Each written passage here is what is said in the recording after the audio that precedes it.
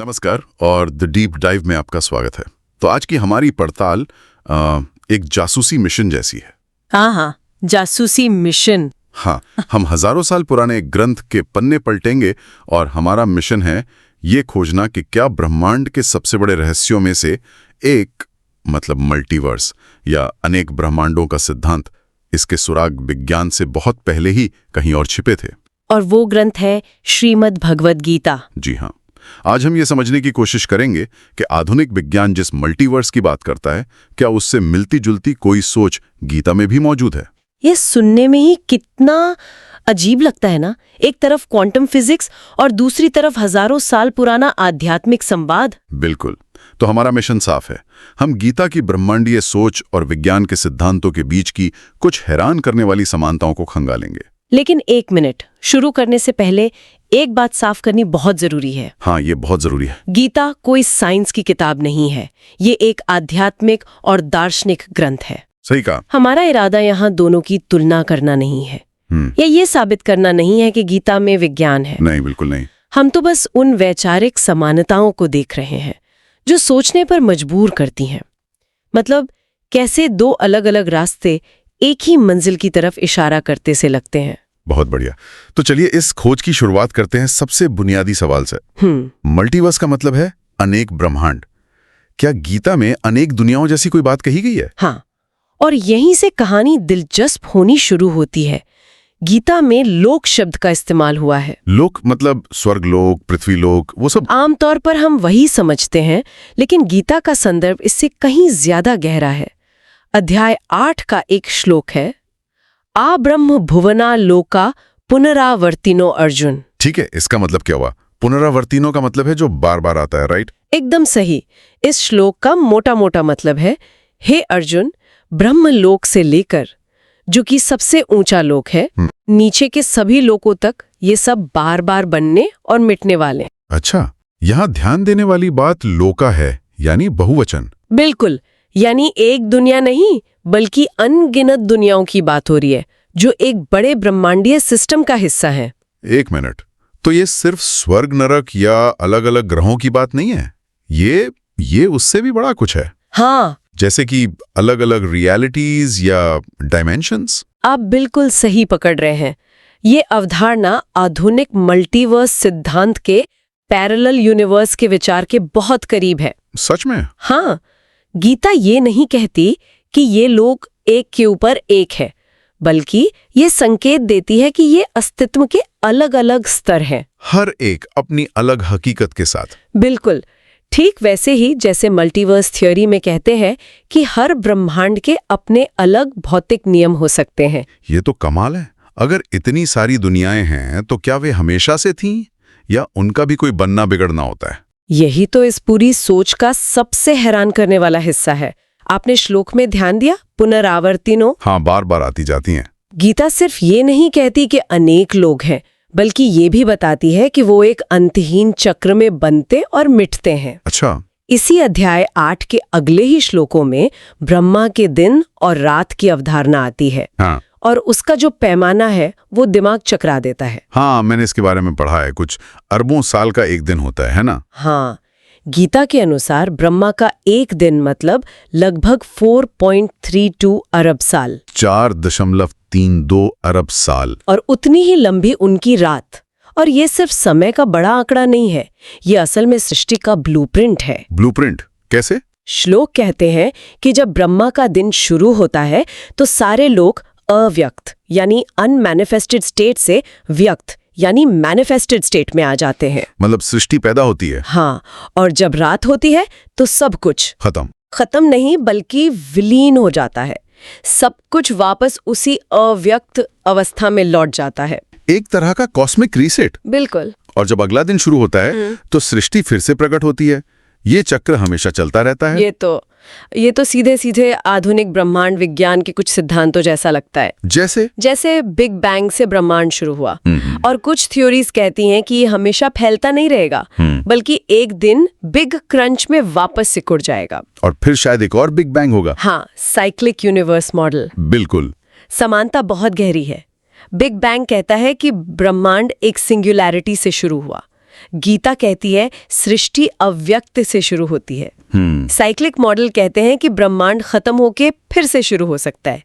गीता ब्रह्मा के दिन और रात के जरिए ठीक यही बात कह रही है। ये सोचना दिलचस्प है कि क्या ये मानव मन की एक स्वाभाविक प्रवृत्ति है कि वो अनंतता और साइकिल्स के पैटर्न को खोजे। हाँ, चाहे वो आध्यात्मिक रास्ते से हो या गणित के रास्ते से। दोनों ही एक ही तरह की भव्यता को समझने की कोशिश कर रहे हैं। ठीक है, तो कई दुनियाएं हैं यानी लोक, और वो अरबों सालों के एक चक्र में चलती हैं। लेकिन ये सब बहुत बेतरतीब लगता है। क्या ये सब अपने आप हो रहा है, जैसे कोई केमिकल रिएक्शन? हाँ, या गीता में इसके पीछे किसी व्यवस्था या किसी कंट्रोलर का जिक्र है? ये बहुत अच्छा सवाल है, क्योंकि यहीं पर गीता का दृष्टिकोण विज्ञान से अलग होकर दर्शन की तरफ मुड़ जाता है। अच्छा।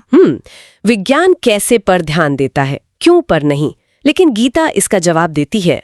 अध्याय 9 में कृष्ण कहते हैं, मयाध्यक्षेण प्रकृति सूयते सचराचरम। मयाध्यक्षेण, अध्यक्ष मतलब मेरी अध्यक्षता में या मेरी देखरेख में। हाँ, आप कह सकते हैं।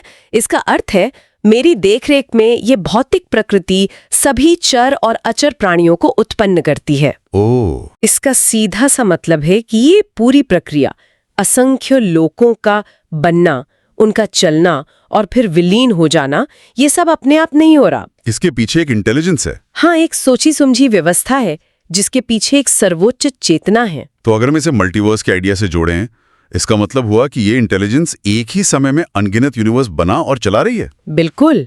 ये कोई एक ब्रह्मांड बनाने वाला भगवान नहीं है। ये एक ऐसी शक्ति है जो अनंत सृष्टियों की देखरेख कर रही है। और ये एक सतत प्रक्रिया है। हाँ, एक कॉन्टिन्यूअस इन्फिनिट प्रोसेस। मजे की बात यह है कि कुछ आधुनिक मल्टीवर्स मॉडल भी कुछ ऐसा ही कहते हैं। जैसे वो इटर्नल इन्फ्लेशन वाला आइडिया। एग्जैक्टली, कि नए नए ब्रह्मांड हर पल जन्म ले रहे हैं। फर्क बस इतना है कि विज्ञान इसे भौतिकी के नियमों का परिणाम मानता है, जबकि गीता इसे एक सर्वोच्च चेतना की देखरेख में होने वाली प्रक्रिया बताती है। सही। ये सोचना भी मुश्किल है, एक ही समय पर अरबों दुनियाओं को संभालना। इसका पैमाना तो कल्पना से भी परे है। और गीता इस पैमाने को और भी विशाल बना देती है। अध्याय 10 में कृष्ण एक बहुत हैरान करने वाली बात कहते हैं। क्या? श्लोक 42 में वो कहते हैं, विष्ठभ्यामेदम कृत्स्मे ने कामशेन स्थितो जगत। एकांशेन मतलब एक अंश से। हाँ, वो कह रहे हैं, मैं अपने केवल एक अंश मात्र से इस संपूर्ण ब्रह्मांड में व्याप्त हूँ और इसे धारण करता हूँ। एक मिनट, अब जरा इस बात की गहराई को समझिए। अगर ये एक पूरा ब्रह्मांड जिसमें अरबों आकाश गंगाएं, खरबों तारे हैं, उस परम शक्ति की क्षमता का सिर्फ एक छोटा सा अंश है, तो उसकी पूरी क्षमता कितनी होगी? ओह, मतलब अगर एक यूनिवर्स को संभालने में सिर्फ एक अंश लगता है, तो जो पूर्ण है वो तो ऐसे अनगिनत यूनिवर्स एक साथ संभाल सकता है। ये तो मल्टीवर्स की अवधारणा का सीधा सीधा दार्शनिक समर्थन हो गया। इसने तो मेरे देखने का पूरा नजरिया ही बदल दिया। यह इंसान के अहंकार को तोड़ता है। यह हमें बताता है कि हमारी हकीकत, हमारा ब्रह्मांड शायद एक बहुत बड़ी तस्वीर का एक छोटा सा पिक्सल मात्र है। ठीक है, तो अब तक हमने सृष्टि की बात की, उसके चक्रों की बात की और उसे चलाने वाली शक्ति की। लेकिन इस सृष्टा की अपनी प्रकृति क्या है? अगर वो ये सब कुछ बना रहा है, तो क्या वो खुद भी इस बनने बिगड़ने के चक्र में फंसा हुआ है? ये एक बहुत ही गहरा सवाल है और इसका जवाब गीता के दर्शन के केंद्र में है। अध्याय 4 श्लोक 6 में कृष्ण अपनी प्रकृति के बारे में कुछ बताते हैं। क्या कहते हैं वो? वो कहते हैं कि हालांकि वे अजन्मे हैं, अविनाशी हैं, फिर भी वे अपनी प्रकृति को अधीन करके इस दुनिया में बार बार प्रकट होते हैं। मतलब वो इस खेल का हिस्सा बनते हैं, लेकिन इस खेल के नियमों से बंधे नहीं हैं। ये थोड़ा कंफ्यूजिंग है। मतलब वो सिस्टम में है भी और नहीं भी। ये कैसे हो सकता है? इसे समझने के लिए आधुनिक भौतिकी से एक उदाहरण ले सकते हैं। अच्छा। सिस्टम से अलग माना जाता है। हाँ, सही है। जैसे कोई डॉक्टर माइक्रोस्कोप से बैक्टीरिया को देख रहा हो, वो बैक्टीरिया को देख रहा है पर वो खुद बैक्टीरिया नहीं बन जाता। बिल्कुल सही एनालॉजी है। गीता के दृष्टिकोण में वो परम चेतना एक परम पर्यवेक्षक की तरह है, एक कॉस्मिक ऑब्जर्वर। हाँ, वो चेतना देश और काल मतलब स्पेस टाइम के बंधनों से पूरी तरह बाहर है। वो इन सभी अनगिनत ब्रह्मांडों को, इन सभी लोकों के अरबों साल के चक्रों को एक साथ देखती है। लेकिन उन चक्रों के बनने बिगड़ने से खुद प्रभावित नहीं होती। बिल्कुल, वो इस ब्रह्मांडिया नाटक की निर्देशक भी है और दर्शक भी। वाओ, तो एक ऐसी चेतना जो समय और स्थान से परे है और हर चीज को देख रही है। जब मैं कॉलेज में पहली बार भौतिकी पढ़ रही थी तब मैंने ये श्लोक पढ़ा और मैं हैरान रह गई थी। एक तरफ मेरे प्रोफेसर चक्रीय ब्रह्मांड के जटिल समीकरणों की बात कर रहे थे और दूसरी तरफ यहाँ हजारों साल पुराने ग्रंथ में वही विचार एक कविता की तरह लिखा था। ये आपको सोचने पे मजबूर करता है कि ज्ञान तक पहुंचने के रास्ते कितने अलग अलग हो सकते हैं। वाकई। तो आज की इस पूरी चर्चा को अगर मैं समेटूं तो हमने शुरू किया मल्टीवर्स थ्योरी से और पाया कि गीता में अनेक लोकों की अवधारणा भी कुछ वैसी ही है। हाँ। फिर हमने देखा कि कैसे बिग बैंग और सृष्टि विनाश के ब्रह्मांडीय चक्रों की गूंज हमें ब्रह्मा के दिन और रात की सोच में मिलती है। सही। और अंत में हमने एक परम पर्यवेक्षक के विचार को समझा जो समय और स्थान से परे है। और मैं एक बार फिर याद दिलाना चाहूंगी कि ये सब वैचारिक समानताएं हैं, कोई वैज्ञानिक सबूत नहीं। हाँ, ये बहुत महत्वपूर्ण है।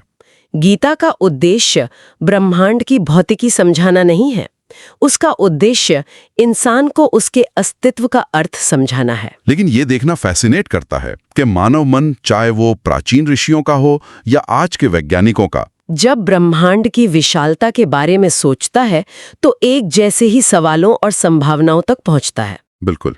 और मेरे लिए सबसे बड़ा टेक अवे ये है कि अनेक ब्रह्मांडों का विचार कोई नया नहीं है। हजारों साल पहले भगवत गीता ने एक ऐसी विशाल ब्रह्मांडीय दृष्टि दुनिया के सामने रखी थी जिसमें कई दुनियाएं एक साथ मौजूद हैं, चक्रीय रूप से बनती और नष्ट होती हैं, और एक सर्वोच्च शक्ति इन सभी को एक साथ चला रही है।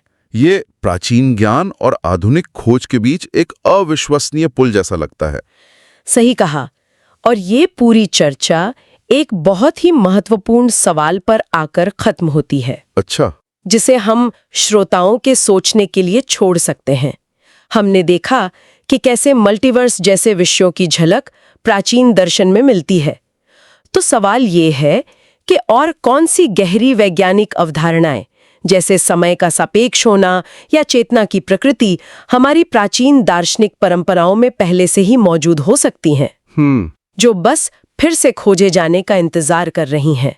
विज्ञान के रूप में नहीं, बल्कि वास्तविकता को समझने के अलग-अलग तरीकों के रूप में।